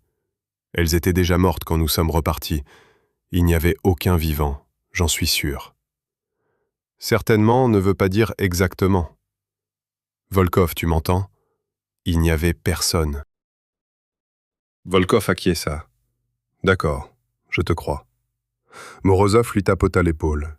Allez, arrête de t'en vouloir, tu as bien fait. Mes gars sont en vie grâce à toi. Hier, j'ai failli les lancer dans une attaque frontale. J'en aurais tué la moitié. Et toi, aucune perte. C'est ce qu'on appelle la maîtrise de soi. Avec ma tête, répéta Volkov. Exactement. Morozov se leva. Bon, je dois y aller. Il y a une autre offensive demain. Repose-toi bien. Il est parti. Volkov s'assit et regarda le feu. Kuznetsov s'approcha et lui tendit un bol de porridge. Mangez, camarade lieutenant. Merci. Êtes-vous inquiet pour hier? Non, plus maintenant. Tu mens. Volkov sourit. Chef, quand êtes-vous devenu si perspicace? Quand je suis passé sous vos ordres, je n'avais pas le choix. Kuznetsov s'est assis à côté de moi. Écoutez, je me bats depuis 1939. Finlandais. Puis ça. J'ai tout vu. Et vous savez ce que j'ai compris? Quoi? En temps de guerre, il n'y a pas de bonne décision. Il n'y a que des solutions. Celles qui fonctionnent et celles qui ne fonctionnent pas. La vôtre a fonctionné. Cela signifie qu'elle était la bonne. Philosophie. L'expérience. Kuznetsov se leva. Mange ton porridge tant qu'il est chaud. Il est parti. Volkov mangea. Le porridge n'était pas bon, mais il était chaud. Et c'était bien. Juillet 1944. L'offensive se poursuivait. Le bataillon avançait. Chaque jour, de nouveaux villages, de nouvelles batailles, de nouvelles pertes. Mais Volkov et sa section ont continué. Ils ont tiré. Ils ont survécu. Le 5 juillet, Minsk tomba. Une immense ville, détruite, vide. Les Allemands se retirèrent sans combattre. Volkov se tenait sur la place. Il contemplait les maisons incendiées, les rues dévastées. Libération. Voici à quoi cela ressemble. Le commandant du bataillon a rassemblé les officiers. Messieurs, nous sommes arrivés à Minsk. L'opération Bagration touche à sa fin. Les Allemands reculent vers la frontière, nous les repoussons. L'ordre est de poursuivre notre progression. Direction Vilnius, direction Kaunas, direction la frontière. Tout le monde était silencieux. Des questions? Quand partons-nous? Demanda Morozov. Demain matin. Reposez-vous aujourd'hui. Demain, nous combattrons à nouveau. Les policiers se sont dispersés. Volkov marchait dans la rue. Minsk. Il était déjà venu ici avant la guerre. En 1939, avec ses parents. Une belle ville, de larges avenues, des parcs. Maintenant, ce ne sont que des ruines. Il se souvenait de ce voyage. Son père l'avait emmené au musée. Il lui avait montré les expositions. Il lui avait parlé du Bélarus, de son histoire. « Souviens-toi, Igor, dit alors mon père. La terre se souvient de tout, de chaque guerre, de chaque soldat, de chaque goutte de sang. Nous ne faisons que passer, mais la terre demeure. » Volkov s'arrêta et baissa les yeux. Pavés, vieux, fissurés. Traces de chenilles de chars, noires, fraîches. Des chars allemands qui ont quitté la ville hier. La terre se souvient. Il est passé à autre chose. 10 juillet, le village d'Ozerichi, à 50 km à l'ouest de Minsk. Le bataillon s'arrêta pour se reposer. Il n'y avait pas d'Allemands à proximité. Le front avait reculé de 20 km. Il était possible de se reposer. Volkov était assis sous un arbre. Il écrivait une lettre à sa famille, à sa mère, à Leningrad. « Maman, je suis vivant. Je suis en bonne santé. Nous combattons avec succès. Nous avons libéré Minsk. Nous avançons vers l'ouest. Nous atteindrons bientôt la frontière. La guerre sera peut-être finie d'ici la fin de l'année. Comment vas-tu à Leningrad? Le siège est levé, je le sais. Et toi, comment vas-tu? Écris-moi. Je t'embrasse. Ton fils, Igor. Bref, concis. Plus rien. La censure le supprimera. Il scella l'enveloppe et la remit au messager. L'enverrez-vous? Je l'enverrai, camarade lieutenant. Merci. Le messager est parti. Volkov ferma les yeux. Il était épuisé. 2 semaines de combats incessants. Presque pas de sommeil. Son corps était à bout. J'ai besoin de dormir. Il s'allongea sur l'herbe et plaça son sac de sport sous sa tête. Le sommeil m'a envahi instantanément. Le rêve était étrange. Il se tenait au bord de la tranchée, la première ligne, celle-là même qu'il avait bombardée le 24 juin. La tranchée était vide. Pas d'Allemands, pas de cratère d'obus, juste un fossé dans le sol. Il descendit, il marcha, silencieusement. Seul le vent soufflait. Et soudain, il aperçut un homme assis dans un coin de l'abri. Il lui tournait le dos. Il portait une tunique soviétique. « Hé !» lança Volkov. L'homme ne s'est pas retourné. « Hé, qui êtes-vous » L'homme tourna lentement la tête. Il n'y avait pas de visage. Au lieu d'un visage, il y a une tache sombre. Volkov recula. « Toi, qui es-tu » L'homme se leva et s'avança vers lui. « Vous savez qui je suis. » La voix était étouffée, morte. « Non, je ne sais pas. »« Tu sais. Je suis celle que tu n'as pas trouvée, celle que tu as abandonnée, celle qui est morte sous tes carapaces. » « Il n'y avait personne. Morozov a vérifié. » Morozov avait tort. « Non. » « Oui, et vous le saviez. Vous saviez qu'il pouvait avoir commis une erreur, mais vous avez tiré quand même. » Volkov recula. « J'ai sauvé une centaine de personnes. En tuant quelqu'un. Moi. » Le sans-visage s'approcha. « Tu m'as tué, Igor, avec tes ordres, avec tes calculs, avec ta tête froide et maudite. »« Ce n'est pas vrai. »« C'est vrai, et tu t'en souviendras, toujours, chaque nuit, dans chaque rêve. Je viendrai, et je te le rappellerai. » Volkov a hurlé, réveillé. J'étais assise dans l'herbe, trempée de la tête aux pieds. Mon cœur battait la chamade. Rêve, un simple rêve. Kuznetsov était assis à proximité. « Camarade lieutenant, vous ne vous sentez pas bien ?»« Non, tout va bien, c'était un rêve idiot. »« À propos de quoi ?»« Peu importe. » Volkov se releva et se secoua. « Quelle heure est-il ?»« 4 heures du soir, tu as dormi 2 heures. »« Peu. Mais au moins, c'est quelque chose. » Volkov acquiesça. Le rêve persistait. Sans visage, voix. « Tu m'as tué. » Il alluma une cigarette. Ses mains tremblaient de nouveau. Merde. 15 juillet. Le fleuve Niémen. Frontière. Le bataillon atteignit la rivière en fin d'après-midi. Large, calme, magnifique. De l'autre côté du fleuve se trouve la Lituanie, pas encore libérée, toujours allemande. Le commandant du bataillon se tenait sur le rivage. Il observait. La traversée aura lieu demain, de nuit, discrètement, pour que les Allemands ne s'en aperçoivent pas. Volkov est tout prêt. L'artillerie tirera-t-elle en dernier ? Oui, d'abord l'infanterie, ensuite vous. Compris.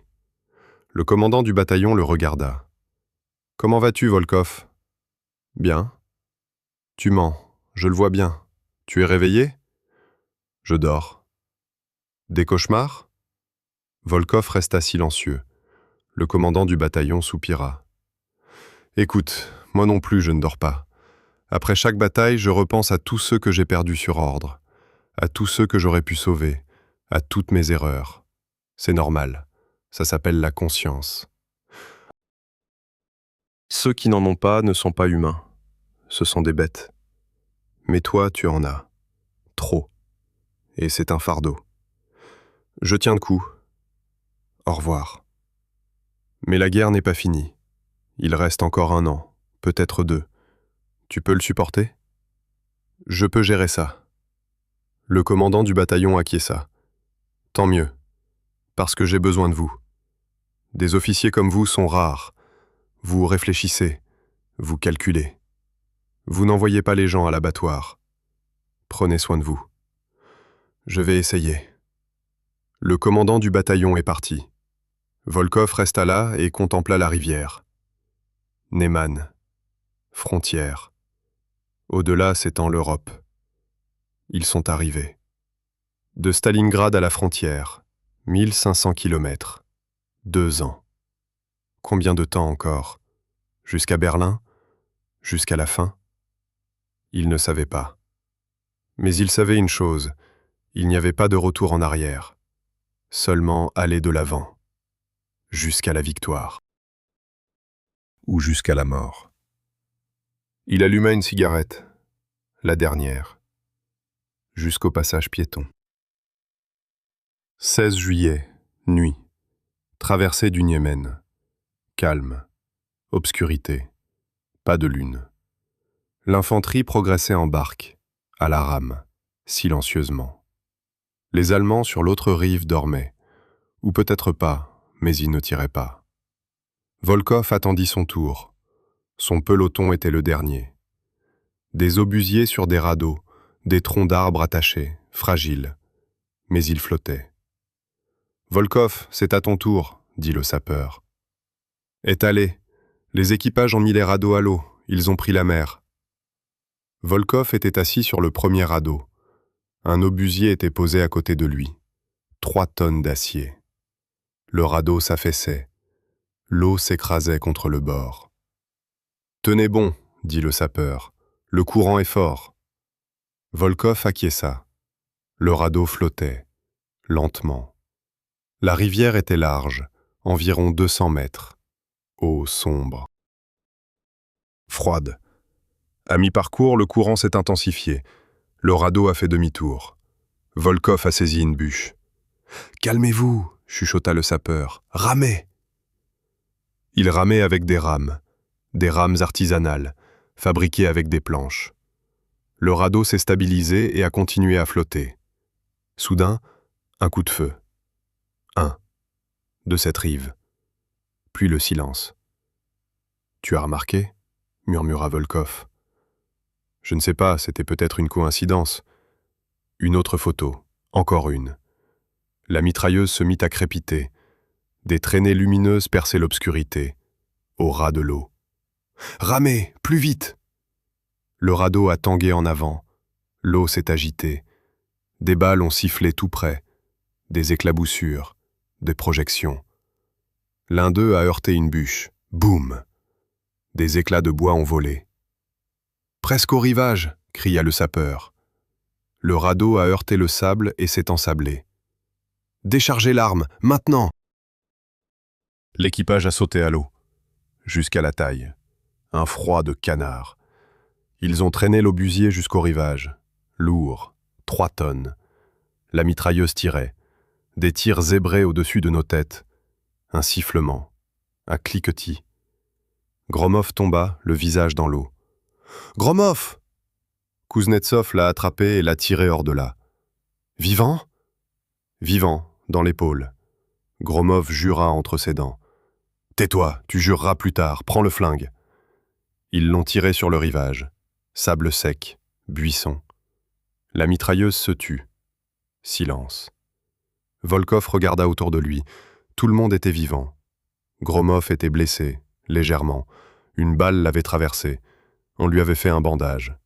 « L'arme est-elle intacte ?»« Il est intact », a rapporté Kuznetsov. « D'accord, allons dans la forêt. Camouflons-nous. » Étalé. La forêt commençait à 30 mètres. Sombre, dense. Des sapins, des pins. Ils traînèrent l'obusier sous les arbres. Ils le recouvrirent de branches. Ils s'assirent. Gromov était assis, appuyé contre le tronc de l'arbre. Son bras était en écharpe.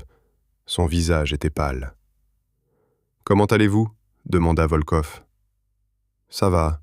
Ça fait mal, mais c'est supportable. » « Nous allons vous envoyer au bataillon médical. »« Pas besoin, j'irai moi-même. »« Tu y arriveras, mais demain. Repose-toi maintenant. » Gromov hocha la tête et ferma les yeux. Volkov s'assit et écouta. La forêt était silencieuse. Seul le vent bruissait dans les branches. Nous avons franchi le seuil. Vivants, presque tous. Un autre jour, un autre combat. Combien y en a-t-il devant ? Il ne comptait pas. Il ne voulait pas savoir. 20 juillet. Village de Sirvintaï, Lituanie. La bataille en était à son 3e jour. Les Allemands s'étaient retranchés et fortifiés dans le village. Ils repoussaient toutes les attaques. Volkov tirait des obusiers sur les maisons, maison après maison, méthodiquement, sans précipitation. Le soir venu, le village n'était plus que ruine. Les Allemands battirent en retraite. Le bataillon entra. Perte, 12 hommes. Morozov était en colère. 3 jours, 3 foutus jours pour un seul village. Ils se sont accrochés fermement, a déclaré Volkov. Trop fort, Savez-vous ce que cela signifie? Quoi? Nous approchons de la frontière, la Prusse orientale. Là-bas, les Allemands se battront pour chaque mètre, pour chaque maison. Le sang coulera à flot. Volkov acquiesça. Je sais. Es-tu prêt? Avez-vous choix? Morozov sourit. Non. Ils étaient assis dans une maison délabrée. Ils buvaient du schnapps de fortune. Mauvais, amer. Mais ça les réchauffait. Volkov, dit Morozov, te souviens-tu de cette bataille? Le 24 juin? Oui. Je ne vous l'avais pas dit, mais après cette bataille, une lettre est arrivée, d'un de mes soldats, celui que nous avons éliminé en dernier. Il écrivait « Merci d'être resté en vie, d'avoir trouvé le moyen d'éviter l'assaut. » Volkov resta silencieux. Savez-vous ce qu'il a écrit d'autre? Ce qu'il a vu dans la tranchée au moment de notre départ? Là, dans un coin, gisait un Allemand, blessé, gémissant. Il réclamait de l'eau, et ce soldat voulait l'achever, mais il n'en a pas eu le temps. Nous étions déjà partis. Et une demi-heure plus tard, vous avez bombardé la tranchée, et cet Allemand est mort. Morozov termina son schnapps. Ce soldat a écrit « C'est bien qu'il l'ait tué, sinon il aurait souffert toute la nuit. Mieux vaut vite, sous un obus, que lentement, d'une blessure. » Volkov le regarda. « Où voulez-vous en venir? » Parce que votre décision était la bonne. Même pour ceux qui sont restés dans cette tranchée, même pour les Allemands blessés. Une mort rapide est une forme de miséricorde. Pitié, répéta Volkov. Oui. Morozov se leva. Très bien, je dois y aller. L'entreprise m'attend. Reposez-vous. Il est parti. Volkov était assis seul. Il regardait par la fenêtre. Le village détruit, la fumée, les corps. Miséricorde. Un mot étrange pour la guerre. Mais peut-être Morozov a-t-il raison. Peut-être qu'une mort rapide est une forme de miséricorde quand l'alternative est une agonie atroce. Il se souvint de l'homme sans visage de son rêve. Tu m'as tué. Peut-être a-t-il tué, mais rapidement, sans douleur. N'est-ce pas de la miséricorde? Il ferma les yeux. Je voulais y croire. J'en avais vraiment envie. 1er août. Kaunas. Une grande ville, ancienne, jadis magnifique. Les Allemands ont tenu bon. Chars, artillerie, infanterie. Le bataillon approcha de la périphérie. Il s'arrêta. Il attendit des renforts. Volkov se tenait sur une colline, observant la ville à travers des jumelles. Forteresse. Une vraie forteresse. Ce sera difficile de l'emmener. Le commandant du bataillon s'approcha par derrière. Vous voyez? Je vois. Demain, c'est l'assaut. On nous donnera une compagnie de chars, 2 régiments d'artillerie, l'aviation.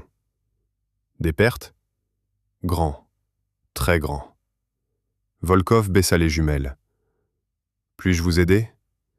Vous pouvez. Vos obusiers seront efficaces contre les fortifications. Précisément. Les maisons, les casemates, les barricades. Compris. Le commandant du bataillon resta silencieux. Volkov, vous êtes un bon officier, l'un des meilleurs que j'ai vus. Mais après Kaunas, je vous enverrai à l'arrière, pour un recyclage. Volkov se retourna. Pourquoi? Parce que tu es à bout, je le vois bien. Tu ne dors pas, tu ne manges pas, ton regard est vide. Encore un mois et tu craqueras, et j'ai besoin de toi en pleine forme. Je peux gérer ça. Non, tu ne peux pas le supporter. J'ai déjà vu des gens comme ça. Au début, ils ne dorment plus, puis ils commencent à faire des erreurs, puis ils craquent, ils hurlent sur les autres, ou au contraire, ils se replient sur eux-mêmes. Et puis, une balle dans le front. La tienne ou celle de quelqu'un d'autre, peu importe, je ne veux pas te perdre. Volkov resta silencieux. C'est un ordre, dit le commandant du bataillon. Après Kaunas, retournez à l'arrière, pendant 2 mois. Reposez-vous, faites-vous soigner. Revenez.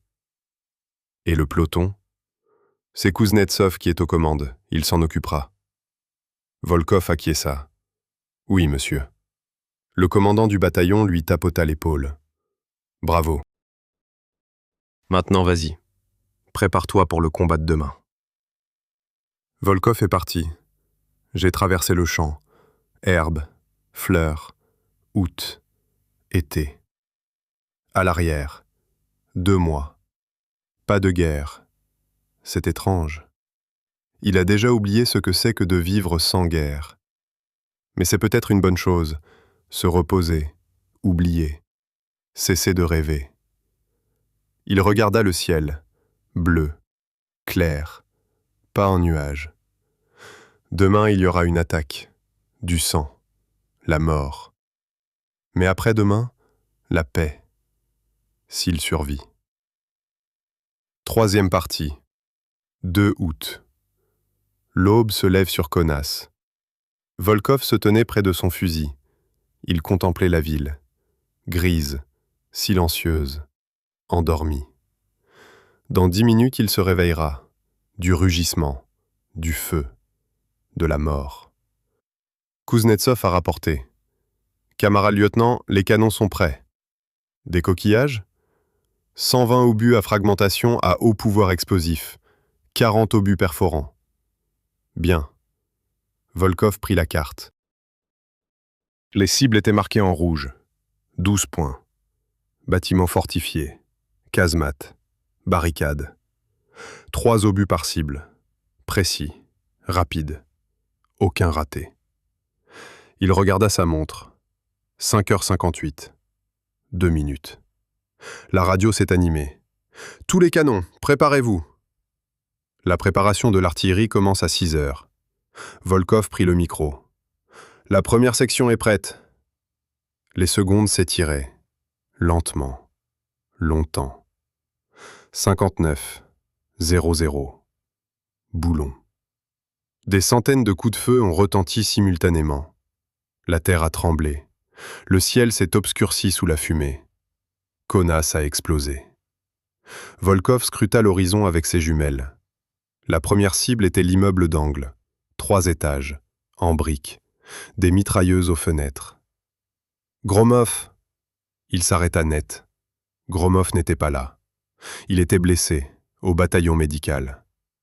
Soukov se tenait devant le fusil, jeune, inexpérimenté. Mais il apprit vite. Soukov, cible, immeuble d'angle, rouge, 3 étages, portée 1200, charge maximale. Compris. Soukov prit sa cible. Ses mains tremblaient, un tout petit peu, mais elles tremblaient. Calmez-vous, dit Volkov. Respirez calmement. Mangez. Feu. Tire. L'obus est parti, a volé, a atterri. Tire par en dessous, environ 20 mètres. Ajustement, dit rapidement Volkov. 1 degré de plus. Feu. Une autre photo. J'ai compris. La maison trembla. Le mur s'effondra.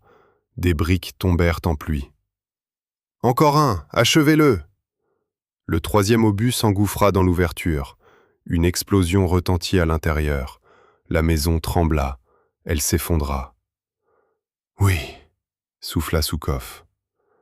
Prochaine cible, blockbuster près du pont, béton, évidemment à l'est. Ils agissaient rapidement, cible après cible, maison, blocos, barricade, une autre maison. À 7h du matin, 60 obus avaient été tirés. Les 12 cibles furent détruites. Volkov baissa les jumelles. « Cessez le feu !» Un répit. Les équipages s'assirent, ils étaient épuisés. Leurs visages étaient noircis par la suie, leurs mains tremblaient sous l'effet du recul des canons. Kuznetsov apporta de l'eau, ils burent avidement. Il faisait chaud. La radio s'est animée. « Artillerie, cessez le feu. L'infanterie a avancé. » Volkov prit des jumelles. Nos lignes avançaient, lentement, avec prudence. Les Allemands tiraient, mais avec lenteur. Les fortifications étaient détruites. Les points de tir étaient rares. Les chars étaient devant, des T-34, tapis, rapides. Ils tiraient en mouvement. L'un d'eux a pris feu. Il s'est arrêté. L'équipage a sauté en parachute. 3 personnes. L'une d'elles n'a pas survécu. L'infanterie atteignit les premières maisons. Une bataille s'ensuivit. Grenades, tirs de mitrailleuses, cris.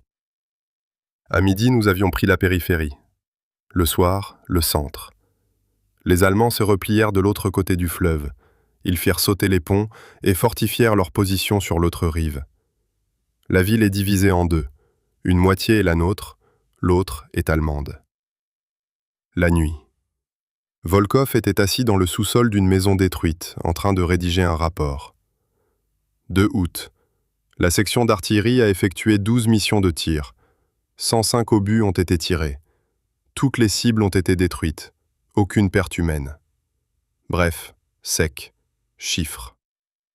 Derrière ces chiffres se cachent des centaines de vies. Allemands, tués par ces obus. Mais il ne comptait plus. Il en avait assez de compter. Le commandant du bataillon entra. « Volkov, prépare-toi. »« Où ?»« À l'arrière. La voiture vous attend. Vous partez dans 1 heure. » Mais la ville n'a pas été prise. « À moitié pris, ça suffit. Un autre bataillon finira le travail. Et vous, l'arrière. » Ordre. Volkov se leva. Il prit son sac de sport, sa mitrailleuse, sa tablette. « Kuznetsov restera-t-il ?»« Oui, il peut gérer ça. »« Je sais. » Le commandant du bataillon tendit la main. « Bonne chance, lieutenant. Reposez-vous bien. On se revoit dans 2 mois. » Volkov lui serra la main. « Je sers l'Union soviétique. » C'est sorti. La nuit était calme, étoilée. Une odeur de brûlé et de poussière flottait dans l'air. Kuznetsov attendait près de la voiture. « Camarade lieutenant, bon voyage. »« Merci, sergent. Prenez soin des gens. »« Je vais le sauvegarder. » Ils se serrèrent la main, fermement, comme des hommes. Volkov monta dans la voiture, une Willys, américaine, pré-bail. Le conducteur a accéléré. Allons-y. Volkov regarda par la fenêtre. Kaunas s'éloignait, détruite, fumante, morte. La guerre était toujours là, dans la fumée, dans le feu, dans la mort. Et il chevaucha vers l'arrière, vers la paix, vers le silence. Une sensation étrange, de la culpabilité, du soulagement, de la fatigue. Il ferma les yeux. Je me suis endormi. Pour la première fois depuis 1 mois, pas de rêve. 5 août, hôpital de Vilnius. Volkov fut admis dans une salle. 6 personnes, tous des officiers, tous légèrement blessés ou simplement épuisés. Le médecin, un ancien étudiant en médecine, l'examina. Épuisement, manque de sommeil, tension nerveuse. Depuis combien de temps n'avez-vous pas dormi ? Je ne me souviens plus. 1 mois, peut-être plus. D'accord, repos au lit, alimentation améliorée, pas de stress, 2 semaines. Manger. Et des pilules, pour dormir, vous les prendrez le soir. Pas besoin de pilules. Ceci n'est pas une offre, ceci est un rendez-vous. Volkov acquiesça. Le médecin est parti. Volkov s'allongea sur le lit. Propre, blanc, doux, inhabituel. Pendant 2 ans, il a dormi à même le sol, sur des planches, sur du foin, sur tout ce qu'il pouvait trouver. Et voici un lit, avec un oreiller, avec une couverture. Il ferma les yeux. Silence. Seul le souffle des autres blessés, régulier, calme. Aucune explosion, aucun coup de feu, aucun cri. Paix. Il s'est endormi. Le sommeil est revenu. Tranché, première ligne, vide et sans visage. Assis, attend. Encore vous ? Je suis toujours là, tu le sais. Tu n'existes pas. Morozov a vérifié. Il n'y avait personne. Morozov avait tort. Non. Oui, et tu le sais, au fond de toi. Tu sais que j'étais là, que tu m'as tué, et tu vivras avec ça, jusqu'à la fin. Volkov s'avança vers lui. Qui es-tu? Je suis ta conscience, ta peur, ton doute. Je suis le prix que tu as payé pour tes mathématiques. J'ai sauvé une centaine de personnes, en tuant quelqu'un. Moi. Et tu ne sauras jamais si j'ai existé ou non. Voilà ta malédiction, Igor. L'inconnu. Volkov a frappé. Frappé. La main traversa le vide. L'homme sans visage a disparu. Réveillé. Il était assis sur le lit, trempé de la tête aux pieds. Son cœur battait la chamade. Le service était endormi, calme, paisiblement. Et il resta assis à réfléchir. Et si celui qui n'a pas de visage avait raison? Et s'il y avait bien quelqu'un là-bas après tout? Il ne le saura jamais. Voici la punition. 10 août. Volkov se promenait dans le parc. Vilnius, vieille ville, magnifique, pas trop endommagée. Des gens marchaient, des gens ordinaires, des civils, des femmes, des enfants, des personnes âgées. La vie ordinaire, sans guerre. Il s'assit sur le banc, il regarda les enfants, il jouait au ballon, il riait, insouciant. À quand remonte son dernier rire? Je ne me souvenais pas. Une femme s'assit à côté d'elle, âgée, lituanienne, coiffée d'un foulard. Elle resta silencieuse, puis elle demanda « Êtes-vous un officier ?»« Oui. »« Vous vous êtes battu ?»« Oui. »« Ont-ils tué beaucoup de gens ?» Volkov la regarda. « Assez. » Elle hocha la tête. « Mon fils a combattu lui aussi. Il a été tué. Puis il est rentré à la maison. Il est resté silencieux pendant 2 semaines. Puis il s'est pendu, dans la grange. Silence. « Désolé, » a dit Volkov. « Ce n'est pas ta faute. Ce n'est pas ta faute. La guerre, si. Elle brise tout le monde. Certains rapidement, d'autres lentement. Mais tout le monde. » Elle se leva et partit. Volkov s'assit et regarda les enfants. La guerre brise tout le monde. Il pensait au sans-visage, au rêve, à la conscience. Ça casse. Peut-être qu'il est déjà cassé. Je ne m'en suis juste pas encore rendu compte. 15 août. Le médecin a levé l'ordonnance d'alitement. Comment dormez-vous? Mal. Des rêves? Oui. À propos de quoi? À propos de la guerre. Le médecin acquiesça. C'est normal, c'est pareil pour tout le monde. Ça va passer, quand la guerre sera finie. Et si ça ne s'arrête pas? Ça finira, tôt ou tard. Toutes les guerres finissent par finir. Et les rêves? Le médecin resta silencieux. Je ne sais pas. Peut-être qu'ils passeront. Peut-être qu'ils resteront. C'est différent pour chacun. Volkov acquiesça. Il est clair. Lieutenant, vous êtes un bon soldat. J'ai lu votre dossier, la médaille, les félicitations, les opérations réussies. Vous accomplissez une mission importante. Ne vous blâmez pas d'avoir survécu, ni d'avoir tué. C'est la guerre. C'est vous ou eux. Je sais. Savoir ne signifie pas accepter. Accepte-le. Sinon tu craqueras. Le médecin est parti. Volkov était assis seul dans la salle. Les autres blessés avaient déjà quitté l'hôpital. Accepter. Comment pouvez-vous accepter d'avoir tué 200 personnes sur un seul ordre et d'avoir peut-être tué l'un des vôtres? Comment accepter l'invisible, celui qui vit dans votre tête et qui refuse de vous lâcher? Il ne savait pas. 20 août. Le commandant du bataillon est venu voir Volkov, à l'improviste. Camarade-major, s'exclama Volkov en se levant d'un bond. Je ne m'attendais pas à ça. Entrez, je ne reste que peu de temps. Je passais par là et je me suis dit que j'allais faire un saut. Nous nous sommes assis sur un banc près de l'hôpital. Comment vas-tu? Mieux. Est-ce que tu dors? Pas bon. Des rêves? Oui. Le commandant du bataillon acquiesça. Aux alentours du 24 juin? Volkov frissonna. Ou... je sais.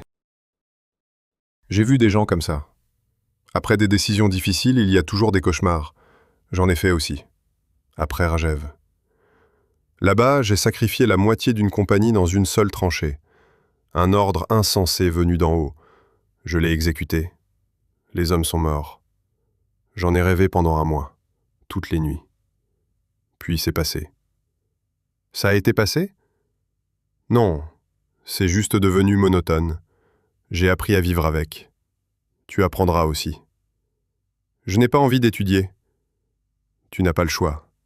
La guerre n'est pas finie. On a besoin de toi. Rejoins ton unité dans une semaine. Volkov le regarda. C'est trop tôt. Le médecin a dit encore un mois. Les médecins disent beaucoup de choses, mais ils ont besoin de monde au front, de bons officiers, des gens comme vous. Je vous attends à Kaunas le 27 août. Nous sommes toujours sur place. Les Allemands sont retranchés sur l'autre rive. Ils sont impossibles à déloger. Compris. Le commandant du bataillon se leva. Volkov, je comprends. C'est difficile pour toi, mais tu peux y arriver. Tu es fort, intelligent. Tu as raison. Il y en a peu comme toi. Ne craque pas. Je vais essayer. Je n'essaierai pas. Faites-le. Le commandant du bataillon lui tendit la main. À plus tard. Volkov lui serra la main. Le commandant du bataillon est parti. Volkov était assis. Il regarda le ciel. Gris. La pluie allait tomber. Une semaine plus tard, retour au front. On tire à nouveau. On tue. On compte. Revoir celui qui n'a pas de visage. Il ferma les yeux. « Ne craquez pas, dit le commandant du bataillon. Il est trop tard. C'est déjà cassé. Ça tient encore le coup. 27 août, Kaunas. Volkov est retourné au bataillon. Il a été chaleureusement accueilli. Kuznetsov, Soukov, le reste des équipages. Gromov revint du bataillon médical. Son bras était guéri. Il était de retour à son poste. « Camarade lieutenant, sourit-il, vous nous avez manqué. Et moi. Nous nous sommes enlacés, comme des hommes, forts. » Le commandant du bataillon a fait l'introduction suivante. La situation est la même. Les Allemands sont sur l'autre rive, le pont est détruit, nous préparons la traversée. L'assaut aura lieu dans 2 jours. Vos obusiers sur les fortifications de l'autre rive. Compris. Volkov regarda le fleuve, large, rapide. Sur l'autre rive se trouvaient des positions allemandes, des tranchées, des casemates, des barbelés. Nouvelle attaque, nouveau bain de sang, encore des maths. Il sortit un cahier et commença à compter. 29 août, l'aube. L'assaut a commencé à 5 heures du matin. Ponton, bateau, infanterie. Volkov tira sur les fortifications allemandes, méthodiquement, précisément, sans rater sa cible. Gromov a fait un travail magistral. Chaque obus a atteint sa cible. Pas un seul tir trop haut, pas un seul tir trop bas. Nous avons traversé la frontière à midi. Le soir venu, nous avions chassé les Allemands de la ville. Kaunas est prise, entièrement. Perte, 43 personnes. Beaucoup. Mais il aurait pu y en avoir davantage. Volkov se tenait sur le rivage. Il contemplait la ville détruite. Fumée, cendres, corps, victoire. Voici à quoi elle ressemble. Le commandant du bataillon s'approcha. « Volkov, bon travail. »« Merci. Comment vas-tu ?»« Bien. »« Est-ce vrai ?» Volkov le regarda. « Non, ce n'est pas normal. Mais je tiens le coup. » Le commandant du bataillon acquiesça. Ça suffit, tiens bon, ça va s'améliorer. Ça n'arrivera pas. Ce sera le cas quand la guerre sera finie, quand tu rentreras chez toi, quand tu auras oublié. Je n'oublierai pas. Tu oublieras. Le temps guérit toutes les blessures, même celle-ci. Le commandant du bataillon est parti. Volkov est resté. J'ai regardé la rivière. L'eau coulait, calme, indifférente. Elle a tout vu. Le sang, la mort, le passage. Et elle ne se souvenait de rien. Ça continue, comme toujours. La terre se souvient, disait un jour mon père. La terre, oui. Mais l'eau, non. Volkov alluma une cigarette. 1er septembre 1944. La guerre continuait. Et il continua de s'accrocher, tant que je le pouvais. 200 Allemands, tués en 20 minutes, sur ses ordres. Aucune perte de notre côté. Le commandement a classé l'affaire 1 heure après la bataille. On m'a décerné l'ordre de l'Étoile rouge. On m'a exprimé sa gratitude. On m'a cité en exemple. Le lieutenant Volkov a combattu pendant toute la guerre. Il a atteint Berlin. Il a reçu 2 médailles supplémentaires. Il a été blessé 2 fois. Il a survécu. Je suis retourné à Leningrad en mai 1945. J'ai été réintégré à l'Institut, j'ai obtenu mon diplôme, je suis devenu ingénieur. J'ai travaillé dans les mines, j'ai conçu des tunnels, j'ai fait des calculs, comme toujours. Je me suis marié et j'ai eu 2 enfants, un fils et une fille. Ils vivaient paisiblement, ils travaillaient honnêtement. Ils parlaient rarement de la guerre. Parfois seulement, lorsque ses petits-enfants lui demandaient « Grand-père, vous vous êtes battu ?» Il hochait la tête, en silence. Et la nuit, je faisais des rêves. Tranché, première ligne, sans visage. Tu m'as tué. Jusqu'à la fin de la vie, Igor Andreïevitch Volkov est mort en 1983, dans son lit, de vieillesse, paisiblement. La dernière chose qu'il a vue avant de mourir, c'était cette tranchée, celle-là même, vide. Le sans-visage n'était pas là. Il sourit, et il ferma les yeux, pour toujours.